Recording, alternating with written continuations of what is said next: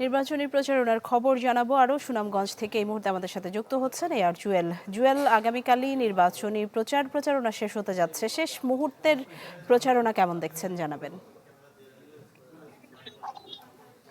নিশি, যদি আপনাকে বলি সুনামগঞ্জে কিন্তু শেষ মুহূর্তের ব্যাপক প্রচারণা করছেন প্রার্থীরা। আমি যে জায়গাটা আছি এটি হচ্ছে সুনামগঞ্জের একদম দুর্গম শাল্লা এলাকায়।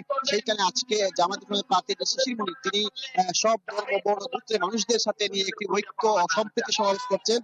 বিকাল থেকে এই সমাবেশটা শুরু হয়েছিল এবং এই সমাবেশে যে সব ধরনের মানুষের কিন্তু আজকে সকাল থেকে এই সমাবেশ শুরু হয় এবং আমরা দেখেছি এখানে যে জামাত ইসলামের যে প্রার্থী আইনজীবী শিশির মনির, তার আয়োজনে আজকে এই ঐক্য এবং সম্প্রীতির সমাবেশ শুরু হয়েছে।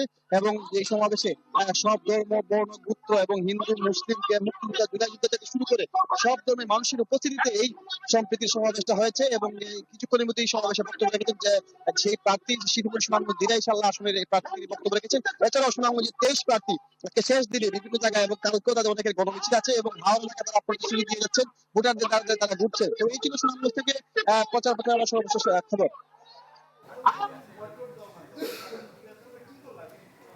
জুয়েল, ধন্যবাদ আপনাকে।